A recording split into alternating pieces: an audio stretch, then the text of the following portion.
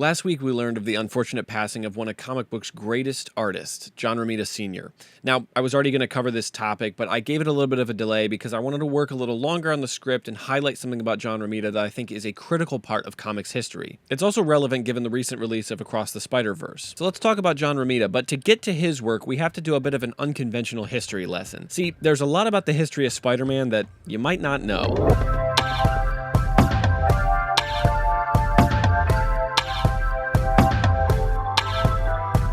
Here's the simple story. In 1962, Stan Lee and Steve Ditko co-created Spider-Man. Since then, the character has become one of the most popular of all time. Worldwide content including games, movies, books, clothing, toys, action figures, pretty much anything you can think of that's a household object, there's a version with Spider-Man on it. And the story of the unassuming Peter Parker, bitten by a radioactive spider and turned into an everyday hero, is something that has become legendary. With great power comes great responsibility, right? Everybody knows that. And when Lee and Ditko were creating Spider-Man, Marvel Comics was in the middle of a creative boom, unlike anything the industry had seen up to that point. Just a few years prior, Stan Lee and Jack Kirby had created the Fantastic Four, then they had created Ant-Man, and then immediately after that, the Incredible Hulk. Stan Lee, Steve Ditko, John Romita, and Jack Kirby were on a hot streak, unlike any of their contemporaries. And for every issue that went on to become a huge success, there were dozens of issues that went on to complete anonymity. For every Thor, there was a Dr. Druid. For every Captain America, there was a human robot. The work they were doing was like throwing 100 darts at a dartboard. If they did it enough times, eventually 3 or 4 would stick around. So in 1962, when Stan Lee pitched the idea of a spider-themed superhero, he of course went to Jack Kirby to create the first version. They'd had great success creating other teams and individual characters together, so it seemed like a no-brainer that Kirby would create this character. In an interesting and somewhat shocking move, though, after Jack Kirby had originally tried his hand at creating the character, Stan Lee opted to go with a Steve Ditko creation. To this day, we've never seen Jack Kirby's version of Spider-Man. Something about Steve Ditko's design just worked better for the story that Stan Lee wanted to tell, so he went with that. And what exactly is it about Steve Ditko's work that catered so well to Spider-Man as a character? There's pretty much 2 main aspects. The first one is the mask. See, most superheroes before 1962 covered little to no part of their face as part of their superhero costume. The Fantastic Four didn't wear masks at all. In fact, their public identities were known in-universe by all the characters. Namor the Submariner, Captain America, all of these characters that existed prior to the Fantastic Four also kept most of their face open. So the choice to completely hide Spider-Man's face behind a mask was interesting at the time because it didn't give the audience as much of an immediate connection point with who the person was behind the mask. However, that increased the character's appeal. As Stan Lee would talk about many times over the course of his career, part of the reason Spider-Man was so popular is because his face was completely covered, and so anyone could imagine themselves behind that mask. But aside from this aspect of the character design and the mask, we also have the art style to thank. See, Jack Kirby was producing an enormous amount of work at Marvel Comics in the 1960s. And while Kirby was and is the greatest comic book artist of all time, there was something about his style that didn't work quite as well for the character of Spider-Man. Steve Ditko had more of a connection with the odd anatomy and acrobatics that made Spider-Man's movement unique. Plus, he was better at drawing these more intimate human moments and conveying emotions through characters' faces and mannerisms. Spider-Man works well when he's in a smaller scale environment, when the stakes aren't as high, when things are more about his interpersonal connections and the challenges he's facing, rather than the cosmic size of the threats. So while Jack Kirby could build gigantic worlds for any character, Steve Ditko was much better suited to deal with a high schooler dealing with high schooler problems who also was a superhero. And for Marvel fans at the time, every single book they were picking up was likely drawn or at least penciled by Jack Kirby, so to have a popular new character that was drawn by a different artist was a fresh change of pace. But here's the thing. Steve Ditko's version of Spider-Man probably isn't the one you remember. This is both due to the fact that generationally, the people that read Steve Ditko's version of the character are often quite a bit older than comics fans now, but also the fact that Ditko didn't do that much Spider-Man. He only made 38 issues of the character total. Which, sure, that's a lot, but I mean, in the grand scheme of Spider-Man's history, that's an extremely small portion. And a lot of the characterizations we're familiar with about Spider-Man were only barely developed in Steve Ditko's 38-issue run. While he did a lot of the early character designs, the things about the characters that made them distinct, their personalities and their lives, were often developed after Ditko had left the book. And they were developed by someone who's extremely important to the history of Spider-Man. John Romita Sr. The Amazing Spider-Man might have died when Ditko quit the book and quit Marvel Comics in frustration, if not for the work of John Romita. The high sales numbers meant that Spider-Man was going to continue no matter who was drawing it, whether it was Steve Ditko or someone to replace him.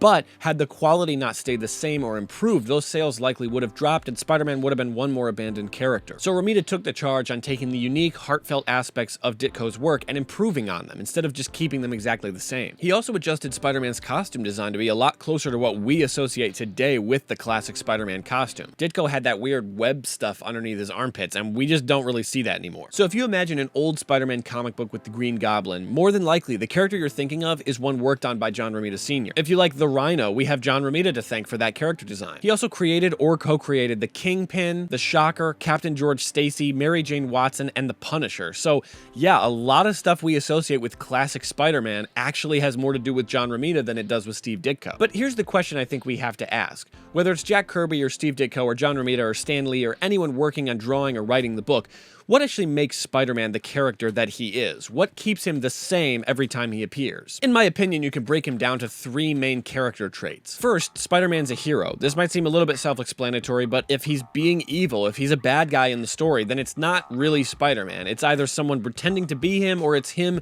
influenced by some exterior force. Secondly, he needs to be a spider. Now, again, this one might seem really dumb and obvious, but it is true. In order for a character to be Spider-Man, he doesn't need to only be a good guy, he needs to have these characteristics of a spider.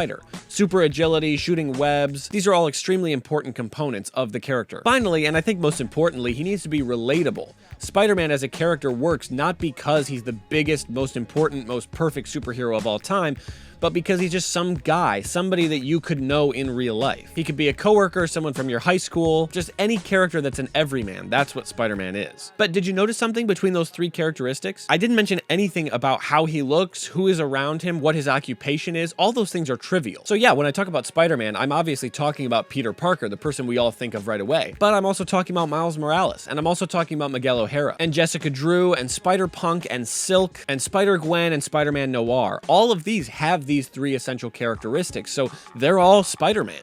All right. So if there's all these different versions of Spider-Man, and they all have these 3 characteristics, and that's all that's important, who's the Spider-Man that they don't want you to know about? They don't want you to know about Peter Palmer, Spider-Man. Here's what I mean. Before John Romita took over the book, before Steve Ditko stormed out of the Marvel offices, before Stan Lee had even written the first issue of Amazing Spider-Man, before the appearance of Doc Ock, Electro, the Vulture, the Sandman, or any other villain, there was the very first Spider-Man story in Amazing Fantasy number 15. And in the pages of Amazing Fantasy 15, our main character's name is written as Peter Palmer. His name was spelled wrong.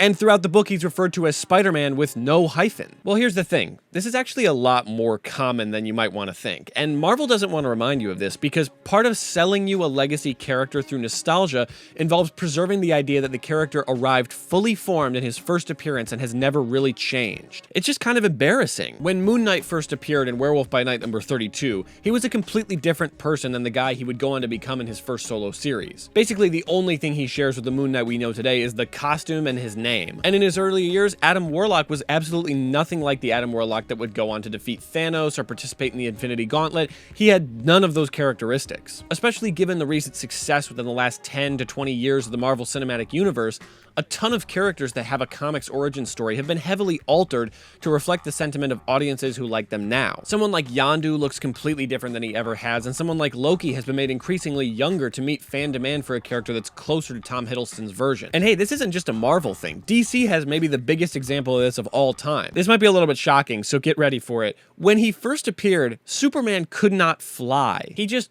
jumped really far. But something tells me James Gunn is not going to include that in the new version of Superman because it's not glamorous to remind you that these characters did not appear for the first time perfectly as they are today. See, a lot of what makes us as audience members connect with a legacy character is nostalgia. Now, whether or not that's because you read all these comic books when you were a kid, or just because as an adult you've found a connection to them, something about them often connects with you because you're nostalgic for the character. And to be nostalgic, you have to believe that when you read a Peter Parker appearance in a comic book today, it's the same Peter Parker you read when you were a kid, that he's growing up with you, or he's going to always be the same, and it's something you can rely on. It's nice to think that the same Clark Kent who's working at the Daily Planet right now is the same one that was working there 100 years ago. It really is almost 100 years since Superman appeared. That's insane. So if the studio reminds you that their history is rife with contradictions, and for an entire issue they had the wrong name, or they couldn't have one of their main superpowers, it doesn't work to continue your attraction to that character through nostalgia. So what does John Romita Sr. have to do with all of this? this? Well, I'd argue that John Romita Sr. played a very important role in shaping the early years of Spider-Man to fit within the idea of what would go on to become the character's legacy. Like I mentioned earlier, Steve Ditko and Jack Kirby were two of the biggest powerhouse creative forces at Marvel Comics in the early to mid-60s. And Jack Kirby was regularly outputting over 100 pages of artwork a month. That's like 11 comic books. Steve Ditko co-created both Spider-Man and Doctor Strange and would go on to have a long career in comics. However, he would be perpetually dismissed by Marvel in terms of both financial compensation and artistic credit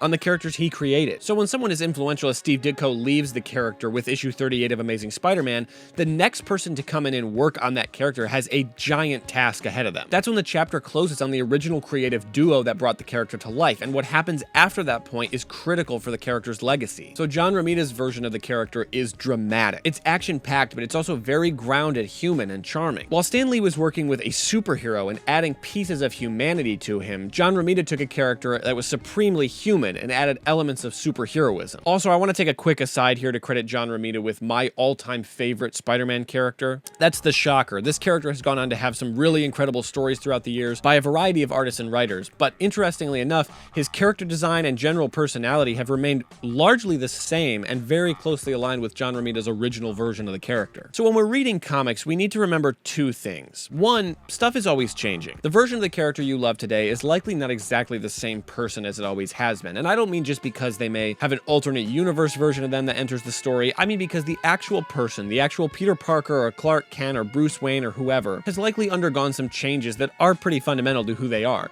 But that's part of the appeal. A new creative team comes in and they add or adapt things. Even as recently as this year, The Punisher, who was co-created by John Romita, has undergone quite a few changes to his origin story, and while those have been controversial, they're also just part of the process. Things are constantly changing in comics. So when you encounter a Peter Palmer or a Superman that can't fly, you have to remember that's part of the story of the character. And second, we need to give more credit to the artists. When companies and specific people, even Stan Lee himself, talk about the origin stories of a lot of these characters, they often dismiss the artist's contribution as nothing more than providing artwork for a fully formed idea and vision, and that's just not the case. And even when credit is given, it's often given to the two-person creative duo that designed the character, not to the people that kept the character alive when its publication was in a moment of crisis. We have Bill Finger and Bob Kane, Jerry Siegel and Joe Shuster, Stan Lee and Jack Kirby, but we often forget about people like John Romita, who came along and did the secondary work of establishing the character as a long-term part of the comics universe. I've come up with a statement that I use to kind of generally frame out the way I think about the relationship between someone like Stan Lee and all the artists